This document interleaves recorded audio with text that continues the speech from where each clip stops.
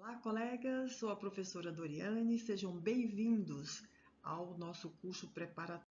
Hoje nós vamos falar sobre o controle dos materiais permanente e dos materiais de consumo. Mas o que seria esse controle?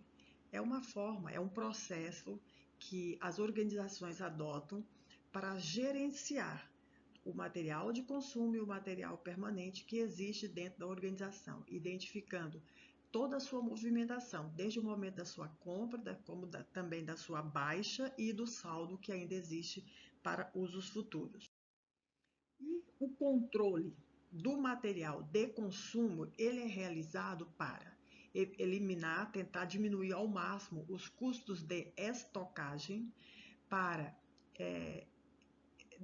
para eliminar o excesso de estoques de materiais de consumo estocados ou para inibir a falta desses estoques no momento em que a organização necessita.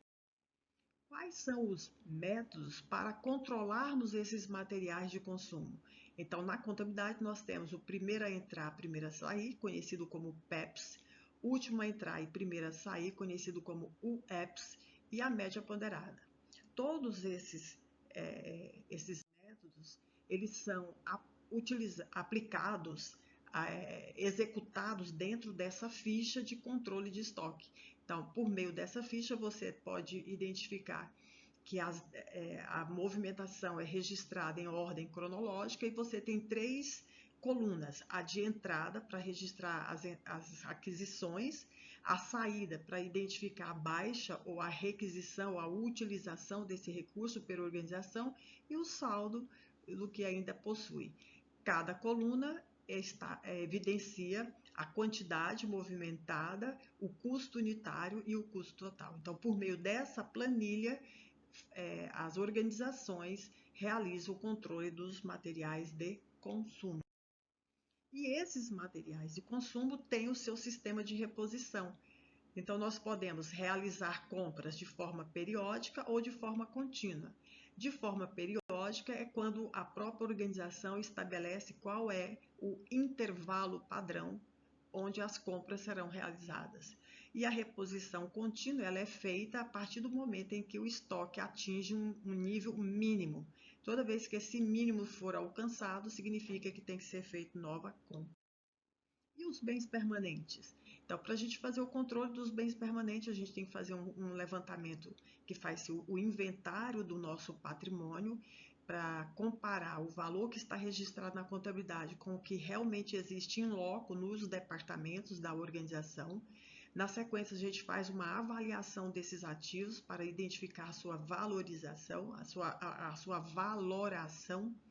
Aí revisamos também a vida útil desse bem, o estado de conservação desse bem, porque isso é útil para que nós possamos calcular a taxa de depreciação do bem, ou seja, a perda de vida útil, a perda financeira em consequência do seu uso.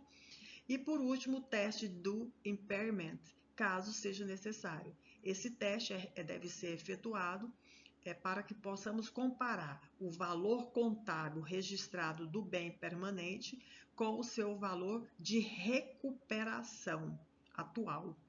Quando o valor contábil é maior do que o valor de recuperação, nós temos que registrar a diferença como um prejuízo que a organização possui naquele momento. Ou seja, a gente tem que baixar esse valor tanto do ativo, como também registrar isso como uma despesa. E essa despesa sendo registrada vai aumentar o prejuízo ou vai diminuir o lucro da organização naquele momento. E todos esses bens permanentes, quando eles são adquiridos, eles são etiquetados para que nós possamos identificar qual é o valor, qual é o bem que a organização possui, aonde ele está localizado e qual é a pessoa que está responsável pela guarda desse bem. Assim, nós podemos dizer que controlar tanto os bens de consumo como os bens mais permanentes da organização, esse controle deve ser realizado constantemente para evitar a falta desse recurso, o excesso desse recurso, a perda desse recurso, o mau uso desses recursos, o desperdício desses recursos e, ao mesmo tempo, identificar onde esse recurso está localizado e quem é o responsável pela sua guarda. Encerramos o nosso conteúdo de hoje e desejamos a você bom estudo!